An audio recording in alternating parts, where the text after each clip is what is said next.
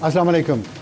Top story हमारी आज की है, आइनी तरामीम का राउंड फाइनल चल रहा है लेकिन अभी भी डिले चल रहा है और आप देख रहे हैं सुबह से बार बार कौमी असम्बली के और सेनेट के इजलास मुलतवी किए जा रहे हैं।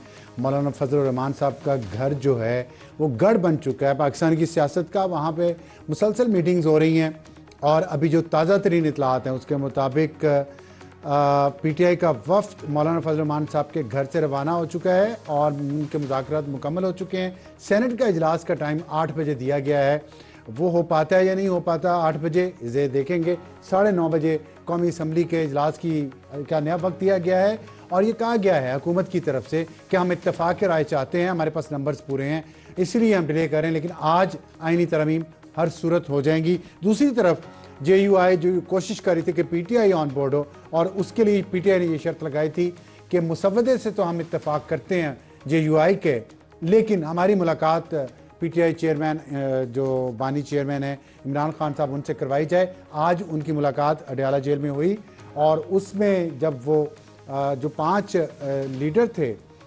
PTI के जो वहाँ मिल के आए, जिसमें बैरिस्टर गौहर, अली ज़फ़र और हामिद रज़ा वगैरह थे, सब मौजूद थे, वापस आके उन्होंने जो बात की मीडिया से उसमें उन्होंने कहा कि जब तक इमरान खान की तरफ से वाज़ेह हदायत नहीं आ जाती वोट करने की पोजीशन में नहीं है। ये PTI का अभी तक मौक़िफ़ है JUI से मुलाकात करने से पहले।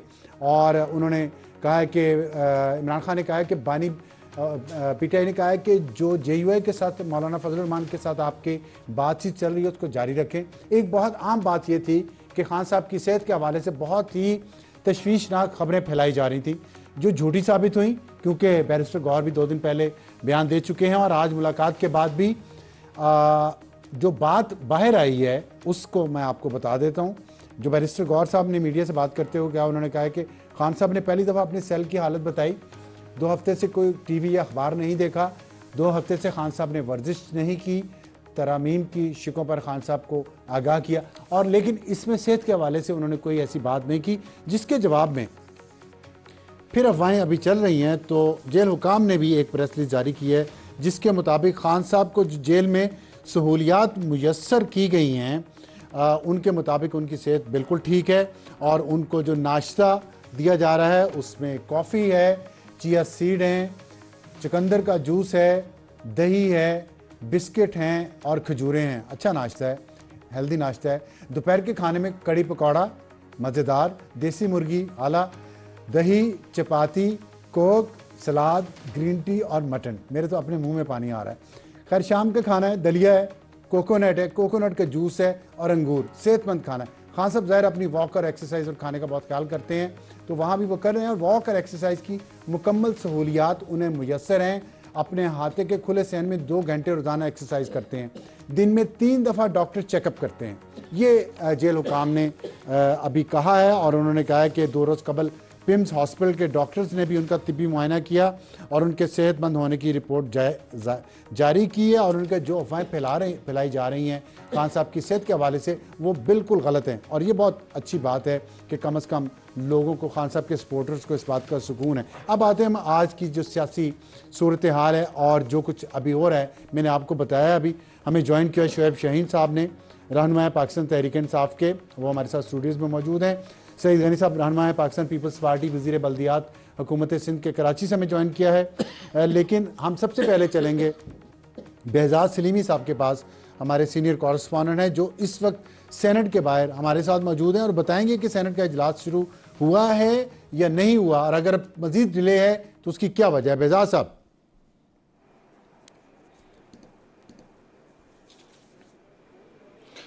जी अबसार साहब, 9 घंटे से ज़ायद वक्त गुजर चुका है। सेनेट के इजलास के लिए सुबह 11 बजे का वक्त मुकर्रर था, 4 बार ये वक्त तब्दील किया गया और वक्त की तब्दीली के बाद ये 8 बजे का वक्त मुकर्रर किया गया था और अभी जो है इस इजलास के शुरू होने के इम्कानात हैं, क्योंकि 8 बजे से पहले किसी किस्म के वक्त की तब्दीली का कोई नोटिफिकेशन जारी नहीं किया गया, जो कि मुकर्रर वक्त से आधा घंटा पहले मुसलसल जारी किया जा रहा था। इस वक्त जो कौमी सेनेट का जो अमला है वो सेनेट हाल में पहुंच चुका है और इसके साथ साथ वाहन में घंटियां भी बजाई गई हैं ताकि जो अरकान सेनेट हैं वो इस इजलास में पहुंच सकें।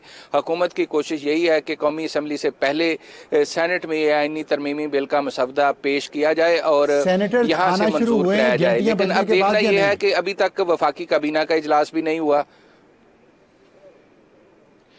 जी अबसार साहब, जो जब घंटियां बजाने का सिलसिला शुरू किया गया तो उस वक्त तक तो ऐवान में कोई रुकन मौजूद नहीं था।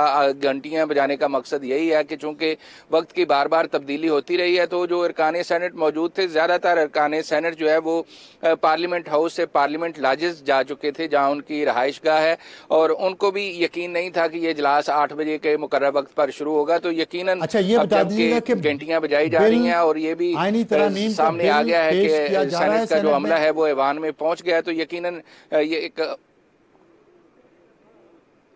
जी जब तक कि वफाकी काबीना की जानिब से इस आईनी मसवदा की मंजूरी नहीं दी जाती तब तक ये हतमी तौर पर कहना कि वो सेनेट में पेश कर दिया जाएगा। लेकिन हुकूमत की जानिब से यही कहा जा रहा है कि सेनेट के इजलास में सबसे पहले पेश किया जाए और उसके बाद कौमी असम्बली से ये मसवदा मंजूर कराया जाएगा। गुज़िश्ता रात भी सेनेट का इजलास जो है एजेंडा मुकम्मल होने के बाद भी जारी रखा गया था और बाकायदा चेयरमैन सेनेट की जानिब से ये कहा गया था कि एजेंडे में अभी कुछ बाकी ये है। बताइएगा कि जहाँ अभी सेनेट का इजलास शुरू नहीं हो सका, सेनेटर्स नहीं पहुंचे, घंटियां बजाई जा रही हैं और कैबिनेट ने भी अप्रूवल नहीं दी आईनी तरमीम की।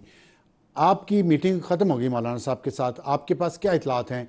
क्या पीटीआई जेयूआई का जो मुसव्वदा है, जो बिलावल भुट्टो साहब भी कह रहे हैं और दूसरे लोग भी ये कह रहे हैं कि ये जेयूआई का मुसव्वदा है जिस पे आपने उनको सपोर्ट दी थी, आप इसको वोट कर रहे हैं कि नहीं कर रहे?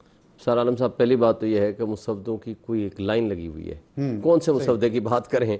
अब कल तक का मुसवदा और परसों का और उससे पहला और तो एक ही है ना। देखिए ना, JUIF का जो एक मुसवदे की बिलावल मेन हाउस बात कराची में है, मैं गुजारिश करूँ ना, जो एक मेन बात है और उसके साथ उसकी जो मुख्तलिफ शक्लें हैं, वो मोस्ट इंपॉर्टेंट एस्पेक्ट है जिसके ऊपर हमारा इतराज़ नहीं है, वो है सीनियर मोस्ट 5 मेंबर जो हैं वो कॉन्स्टिट्यूशन बेंच का हिस्सा होंगे। वो कॉन्स्टिट्यूशन में ये लिख दिया जाए तो हमें कोई एतराज़ नहीं, 5 करें, 7 करें, 9 करें, जो सीनियर मोस्ट जजेस हैं। जो इस वक्त मुसवदे में तब्दीलियाँ हो रही हैं, अभी तक तो मुझे नहीं पता, अभी बल्कि 5 मिनट पहले पता चला कि हमारा जो वफद था मौलाना साहब से मिल के गया है, मेरी दोबारा बात नहीं हुई उनसे। अब क्वेश्चन सिर्फ ये है कि हमारी इस हवाले से तो उनके साथ कमिटमेंट है कि ये इस एक मौजू पे, लेकिन ओवरऑल हमारा आपकी मैं कथा कलामी कर रहा हूँ, आपका उनसे इस बात पे इत्तेफाक नहीं है कि पूरे का पूरा मुसव्वदा पूरे के ऊपर नहीं, जो जेयूआई का पूरे मुसव्वदे के ऊपर इत्तेफाक नहीं है। हमारा इत्तेफाक कौन सी ऐसी चीज है जिस पे आप देखे ना, उसके अंदर अभी मैं उसका मुसव्वदा देखना पड़ेगा मुझे। मिलिट्री कोर्ट्स का तो वो कह रहे हैं कि वो तो नहीं होगा, वो तो नहीं होगा ना, ठीक है। जो देखे ना आगे जो चीजें हैं ना, कुछ और चीजें उसके ऊपर डिस्कशन हो सकती है, मसलन जो इस्लामी चीज़ें हैं उनके ऊपर तो डिस्कशन मतलब हो सकती है, हमारी बातचीत जारी है। लेकिन जो है टू दी एक्सटेंट जो मेन कॉन्स्टिट्यूशनल अमेंडमेंट करना चाह रहे हैं ना, जो कॉन्स्टिट्यूशनल बेंचेस की बात है, बेंच जिसको जुडिशल कमीशन ना अपॉइंट करे, चीफ जस्टिस जिसको पार्लिमानी कमेटी ना अपॉइंट करे, जो अभी तक मुसवदे जो कल तक सर्कुलेट होते रहे, आज का मुसवदा तो मेरे पास नहीं आया कि जो लेटेस्ट कौन सा आया है, लेकिन एक बात तय है कि हमारा to the extent of judicial commission constitution bench, वो अगर वो हो जाता है, जो सीनियर मोस्ट जजेस हैं और उसके साथ जो इजाफी चीज़ें हैं, मसलन कहीं भी कोई चीज़ आप सुप्रीम कोर्ट लिखा है वहाँ कॉन्स्टिट्यूशनल बेंच आ जाएगा, उस हद तक तो हमारा इतराज़ नहीं है। लेकिन एज ए होल हमारी अभी तक कोई कंफर्मेशन नहीं है कि हमने सारे के सारे बेसिकली क्या हम ये कह सकते हैं कि आप इन आईनी तरमीम जो की जा रही हैं इस वक्त उसके कॉन्सेप्ट के ही खिलाफ हैं इस वक्त? देखें, दो चीज़ें हैं। पहली बात तो यह है कि अगर हमारा तो जो ओरिजिनल एतराज़ है वो तो ये है कि ये इल्लेजिटिमेट असम्बली है, इनको हक ही हासिल नहीं है कि ये इस वक्त इस तरमीम को पास करें। जी, जो हमारा एतराज़ है। लेकिन हमने मौलाना साहब को एंगेज कर रखा है कि अगर हमको पॉजिटिव रोल मौलाना साहब अदा कर सकते हैं तो क्या पॉजिटिव रोल ये है कि मौलाना साहब भी वोट ना करें? इस बात का इम्कान है। ये आप चाहते हैं? ये नहीं, इस बात का इम्कान है क्योंकि पहले हम तो पहले दिन से चाहते थे। आपको याद होगा कि मौलाना साहब की जो 1 महीना पहले की जो स्टेटमेंट थी वो यही थी कि ये असम्बली फॉर्म 47 की पैदावार है, ये लेजिटिमेट है, इनको हक हासिल नहीं है कि ये कोई आईनी तरमीम करे। और इन एडिशन जी ठीक है, अगर उन्होंने कोई एक पोलिटिकल पार्टी का सरबराह है, उनका अपनी एक पार्टी है, उनका हक हासिल है। दो इसके ऊपर हमारे इतराज़ और भी हैं। वो ये है कि देखें, नेशनल असम्बली की मखसूस नशिस्तों का अभी तक फैसला नहीं आया, तो आपने इतनी सीटें जो अभी मुख्तस करनी हैं वो उनकी इनपुट नहीं आई, आप आईनी तरमीम की तरफ जा रहे हैं। इसी तरह एक फेडरेटिंग यूनिट जो कि सुबह KPK का अभी तक इलेक्शन नहीं हुआ, जो मुलतवी किया हुआ है इलेक्शन कमीशन ने, उसमें भी मखसूस नशिस्तों का मैटर भी इन्वॉल्व है, तो उनके अभी तक इलेक्शन नहीं हुए, सेनेट भी इनकम्प्लीट है। तो इस इनकम्प्लीट फॉर्म में आपने 25 से पहले करना मजबूरी और ज़रूरी जो बना लिया है, ये आइन की तरमीम मकसद नहीं है। मकसद इनका जो है वो ये है कि निज़ाम इंसाफ पे हमलावर हूँ, मंसूर शाह का रास्ता रोका जाए और अपनी मनपसंद के मंसूर शाह का रास्ता रोका